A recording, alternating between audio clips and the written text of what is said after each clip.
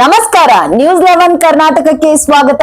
ನಾನು ತಾನಮ್ಮ. ಗ್ಯಾಸ್ ಬೆಲೆ ಮತ್ತು ಪೆಟ್ರೋಲ್ ಡೀಸೆಲ್ ಸುಂಕ ಏರಿಕೆ ಮಾಡಿರುವ ಕೇಂದ್ರ ಬಿಜೆಪಿ ಸರ್ಕಾರದ ವಿರುದ್ಧ ರಾಜ್ಯ ಯುವ ಘಟಕದ ಪ್ರಧಾನ ಕಾರ್ಯದರ್ಶಿ ಸತ್ಯಜಿತ್ ಪಾಟೀಲ್ ಹಾಗೂ ಜಿಲ್ಲಾ ಯುವ ಘಟಕದ ಅಧ್ಯಕ್ಷ ಮೋಹಿನ್ ಶೇಖ್ ನೇತೃತ್ವದಲ್ಲಿ ಜಿಲ್ಲಾ ಯುವ ಕಾಂಗ್ರೆಸ್ನಿಂದ ಆಗ್ರಹಿಸಿ ವಿಜಯಪುರ ನಗರದ ಅಂಬೇಡ್ಕರ್ ವೃತ್ತದಲ್ಲಿ ಪ್ರತಿಭಟನೆ ಹಮ್ಮಿಕೊಳ್ಳಲಾಯಿತು. ಕೇಂದ್ರ ಬಿಜೆಪಿ ಸರ್ಕಾರಕ್ಕೆ ಬಿಜೆಪಿ ಸರ್ಕಾರಕ್ಕೆ ಪ್ರಧಾನಿ ನರೇಂದ್ರ ಮೋದಿ ಅವರಿಗೆ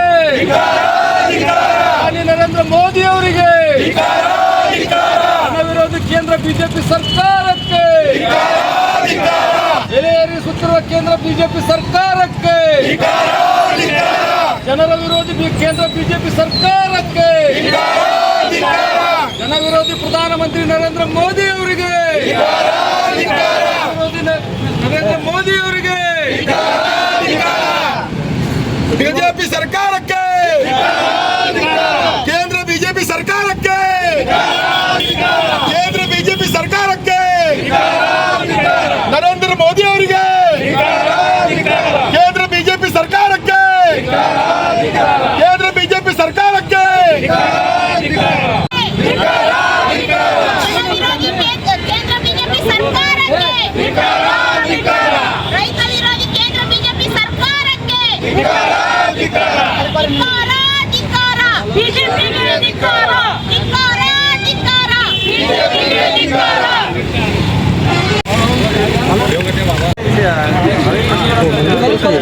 ಕೇಂದ್ರದ ಬಿಜೆಪಿ ಸರ್ಕಾರಕ್ಕೆ ಗ್ಯಾಸ್ ಬೆಲೆ ಏರಿಕೆ ಮಾಡಿದ ಸರ್ಕಾರಕ್ಕೆ ಗ್ಯಾಸ್ ಬೆಲೆ ಏರಿಕೆ ಮಾಡಿದ ಬಿಜೆಪಿ ಸರ್ಕಾರಕ್ಕೆ ಪೆಟ್ರೋಲ್ ಡೀಸೆಲ್ ಬೆಲೆ ಏರಿಸಿದ ಕೇಂದ್ರ ಬಿಜೆಪಿ ಸರ್ಕಾರಕ್ಕೆ ಜನ ವಿರೋಧಿ ನೀತಿಯನ್ನು ಸುರಿಸುತ್ತಿರುವ ಪ್ರಧಾನಿ ನರೇಂದ್ರ ಮೋದಿ ಅವರಿಗೆ ಜನ ವಿರೋಧಿ ಪ್ರಧಾನಿ ನರೇಂದ್ರ ಮೋದಿ ಅವರಿಗೆ ವಿರೋಧಿ ಪ್ರಧಾನಿ ನರೇಂದ್ರ ಮೋದಿ ಅವರಿಗೆ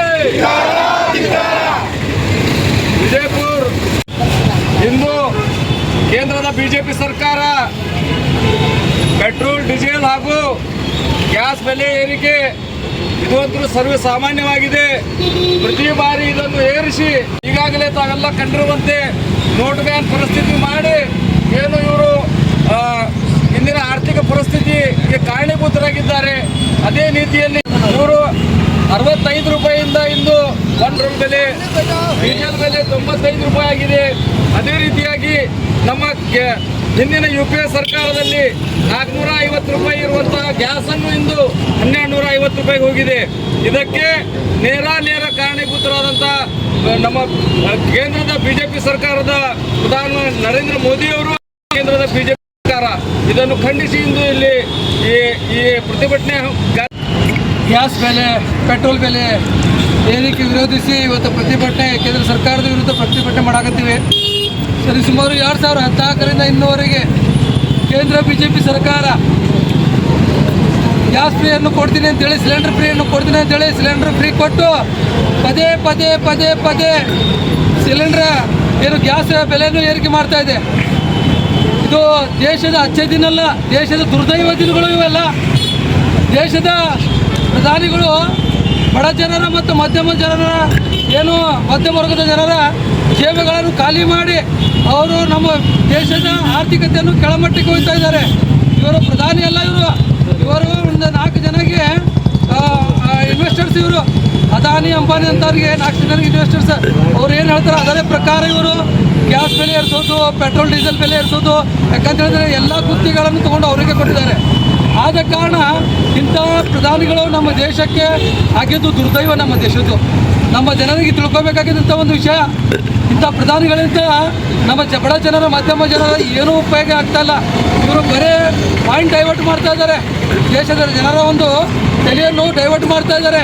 ಏನಪ್ಪ ಅಂತ ಹೇಳಿದ್ರೆ ಬರೇ ಜಾತಿಯನ್ನು ಜಗಳ ಹಚ್ಚೋದು ಅಂತ ಕೆಲಸ ಇವರು ಅಭಿವೃದ್ಧಿ ಕೆಲಸ ಅಲ್ಲ ಇವ್ರದ್ದು ಜಾತಿಗಳ ಒಡಕು ಮಾಡುವಂಥ ಇವರದು ಒಂದು ಕೆಲಸ ಆಗಿದೆ.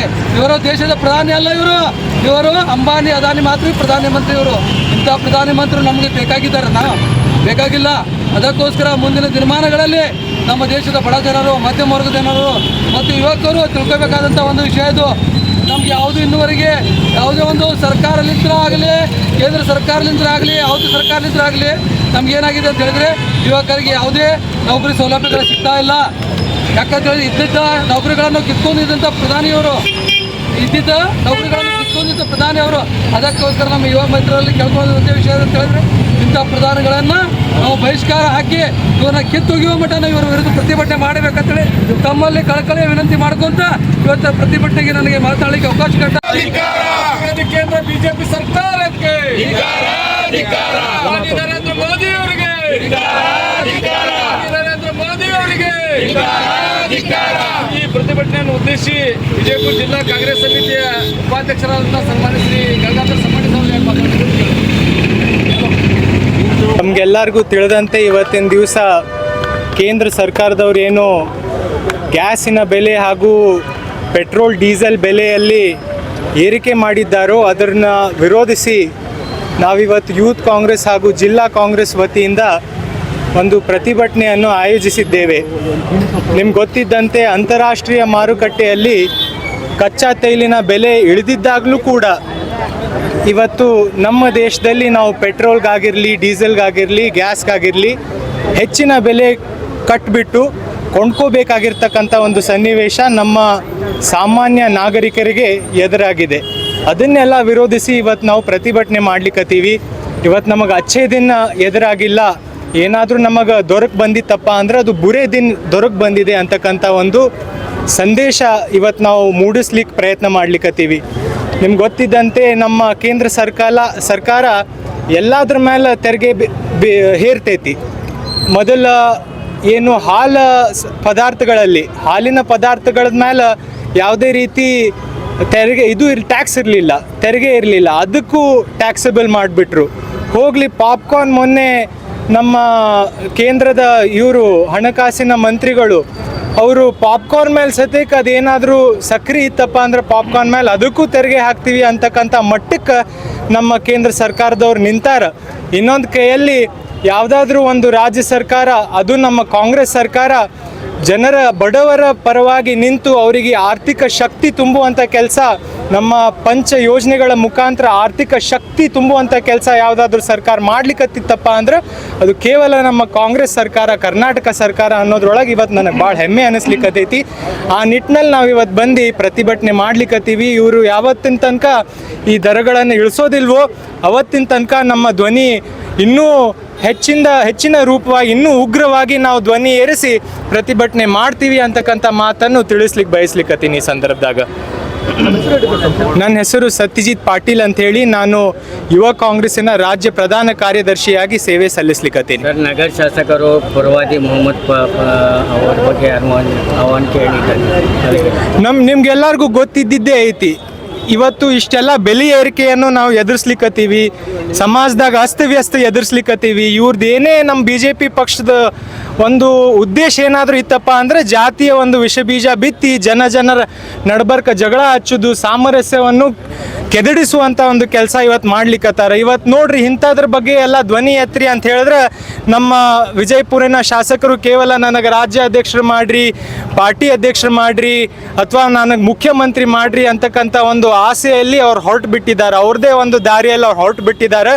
ಜನರ ನಾಡಿನ ಮಿಡಿತನ್ನು ಅವರು ತಿಳ್ಕೊಳಕ್ಕೆ ತಯಾರಿಲ್ಲ. ಇವತ್ತಿನ ದಿವಸ ನಾವು ಪಂಚ್ ಗ್ಯಾರಂಟಿಗಳು ತಂದಿದ್ದ ಕಾರಣನೇ ಇಷ್ಟೇ, ಅವ್ರಿಗೆ ಆರ್ಥಿಕ ಶಕ್ತಿ ತುಂಬಬೇಕು, ಅವ್ರ ಜೀವನ ಹಸನಾಗಬೇಕು ಅಂತಕ್ಕಂಥ ಒಂದು ನಿಟ್ಟಿನಲ್ಲಿ ನಾವು ಕೆಲಸ ಮಾಡಿದ್ರೆ ಅವ್ರು ಬರೀ ದೊಡ್ಡ ಭಾಷಣಗಳಲ್ಲಿ ಬರೀ ಜುಮ್ಲಾಗಳನ್ನು ಹೇಳ್ಕೊತ ಹೋದರು. ನಾವು ಆದಾಯ ದ್ವಿಗುಣ ಮಾಡ್ತೀವಿ, ಏನದು ಗುಡಿಸಲು ಮುಕ್ತ ಭಾರತ ಮಾಡ್ತೀವಿ, ಹವಾಯಿ ಚಪ್ಪಲಿದ್ದವರಿಗೆ ವಿಮಾನದಾಗ ಹಾರಿಸ್ತೀವಿ ಅಂತಕ್ಕಂಥ ಮಾತಾಡೋರು ಇವತ್ತು ನಮ್ಮ ಬಂಗಾರದ ಬೆಲೆ ಎಲ್ಲಿಗೆ ಬಂದೈತಿ, ಅಥವಾ ಖರೇನು ನಮ್ಮ ಡಾಲರ್ ಮತ್ತು ರೂಪಾಯಿ ಸರಿ ಸಮಾನವಾಗಿ ಆಗ್ಯಾವೋ ಅಂತಕ್ಕಂಥ ಪ್ರಶ್ನೆಗಳು ಯುವಕರು ಕೇಳಲಿಕ್ಕತ್ತಾರ. ಹೀಗಾಗಿ ಅದ್ರ ಬಗ್ಗೆ ಅವ್ರು ಉತ್ತರ ನೀಡಬೇಕು. ಶಾಸಕರು, ನಗರ ಶಾಸಕರಾಗಿರಲಿ, BJP ಪಕ್ಷದವರಾಗಿರಲಿ, ಅದ್ರ ಬಗ್ಗೆ ಉತ್ತರ ನೀಡಬೇಕು ಅಂತ ಹೇಳಿ ನಾನು ಇವತ್ತು ಮನವಿ ಮಾಡ್ಲಿಕ್ಕೆ ಬಯಸ್ಲಿಕ್ಕತ್ತೀನಿ ಮಾಧ್ಯಮದ ಮುಖಾಂತರ. आज अंबेडकर सर्कल में हम लोग यूथ कांग्रेस की ओर से प्रोटेस्ट किए हैं. आज जो जन विरोधी निर्णय लिया है सेंट्रल गवर्नमेंट ने, उसके हम विरोध करते हैं और हमेशा कांग्रेस जन विरोधी के खिलाफ है. जन विरोधी के जो खिलाफ ये करते हैं उसके साथ हम लोग हमेशा खड़े रहते हैं। आज रोड पे, सड़क पे हमारी यूथ कांग्रेस की ओर से और कांग्रेस की ओर से प्रोटेस्ट किया गया है।